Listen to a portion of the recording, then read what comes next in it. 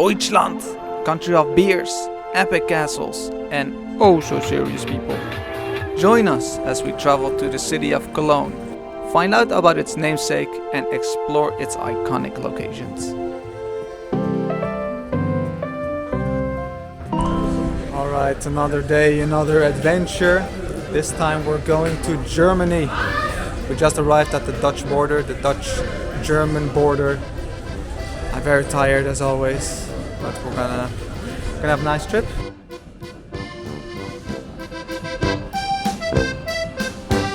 So of course, things cannot go right. The train, we were waiting for 1 hour, never came.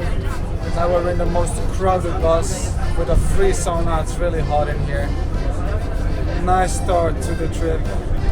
Alright, after like 8 hours of travel, we made it to Köln, or Cologne in English. A shitstorm of a trip like that really makes you hungry. So we're gonna drop by my friend's restaurant and eat some of his delicious food.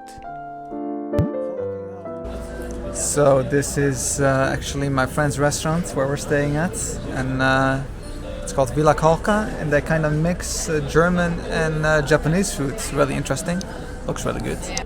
So I have a real Japanese bento, and Mariko, who's taking pictures like always, has, I don't know, some kind of stew or something German.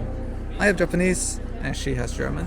Looks very good, very interesting. After a long and tiring day like this, I deserve some karage, Japanese fried chicken. It's good. You have the dome on the right side, the cathedral. Wow, that's nice. Alright, it's the next day. I have to be a little bit quiet. Our roommate is still sleeping. This is where we slept. Camping in the living room. We're gonna head out to Köln and see all the nice things that Germany has to offer. So as a Dutchie, of course I have to get myself some bread. Dutchies love bread.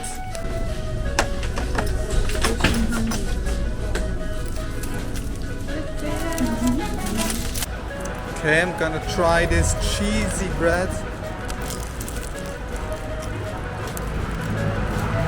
Oh, very crackly.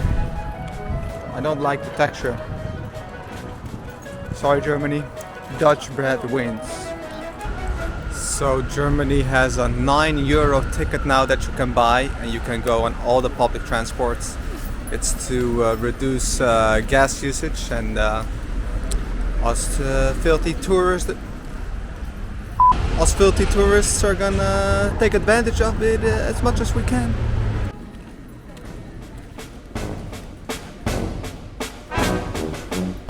Alright, we made it back to the Dom Church.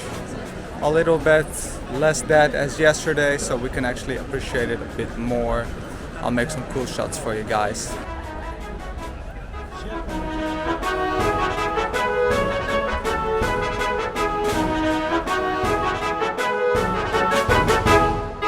Here we have Gandalf the Grey,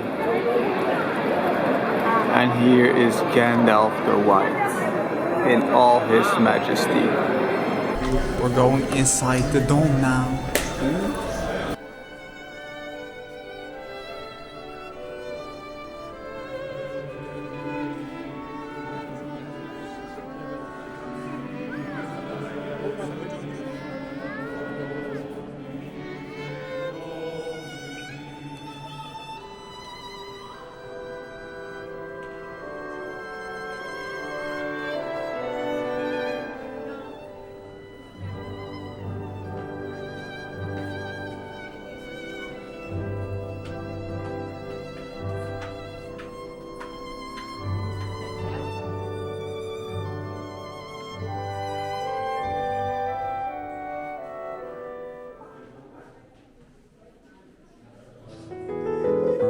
Next up, we're gonna visit the original Eau de Cologne shop. Now, I'm not the sharpest tool in the shed, so I never really made the connection that Eau de Cologne, that's just French for water from Cologne. And yeah, that's kind of what it is. It's a perfume, and it was called Königswasser, which is German for water from Cologne. When the French took it and they brought it home, it was popularized as Eau de Cologne worldwide, and that's how we know it ever since. So this shop has been making this perfume since 1709, and the formula is still completely the same.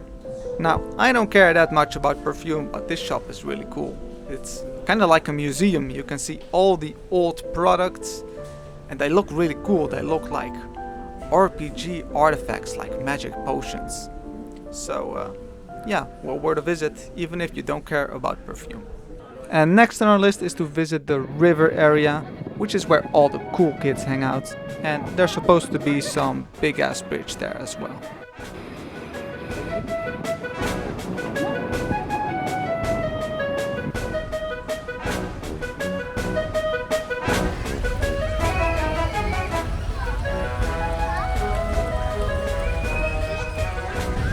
I have to say it's very tempting to take a dip as well on such a hot day like this. Maybe I'll just stick my little toe inside the water to refresh. Woo!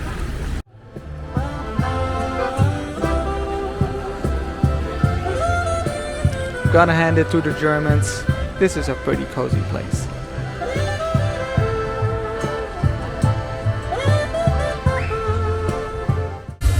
And apparently there was some sort of party going on with a lady that's singing and dancing and spinning. Now, I don't really like singing and dancing and spinning, so this is a good time to end the video. Thanks for watching, and we'll see you again.